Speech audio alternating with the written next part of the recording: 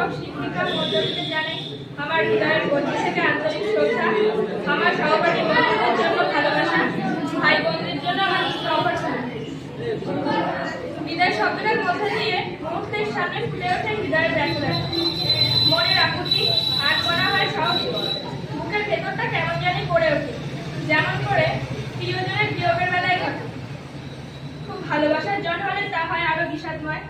যদিও সকল বিদায় একই রকম নয়, কিছু বিদায় চিরজীবনের জন্য, আবার কিছু ক্ষণিকের। দুটোই কম বেশি দুঃখজনক। দাদা, আপনার ঘরের অন্তরে এই কয়েকটি বছরের স্মৃতিচারণ করলে আবেগপ্রবণ হওয়া ছাড়া আর কোনো উপায় থাকে না। এই কয়েকটি বছর আমাদের জীবনের স্বর্ণযুগ ছিল। একসাথে খুনসুটি, শেখা, বেড়ে হয়ে ওঠা,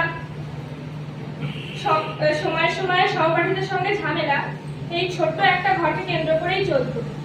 আজ আমরা এই বিদায় অনুষ্ঠানে যৌথভাবে সমবেত হয়েছি। বুকের ভেতর তখনই মনে পড়ে, time and tide wait for none, সময় এবং স্রোত কারোর জন্য থেমে থাকে না। তাই আমাদের অবশ্যই সম্মুখপানে অগ্রসর হতে হবে।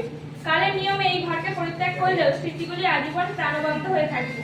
আপনার কাছ থেকে প্রাপ্ত শিক্ষা ও বন্ধুত্বের অটুট মেলবন্ধনকে আগলে রেখে এক নতুন পথে অগ্রসর হতে চাই। পরিশেষে আজকের এই বিদায়ের ঘনঘটে সকলের জন্য অন্তরের অন্তঃস্থল থেকে সর্বদা শ্রদ্ধা, সম্মান, ভালোবাসা আর দীর্ঘায়ু কামনা করে এখানে বিদায় নিচ্ছি।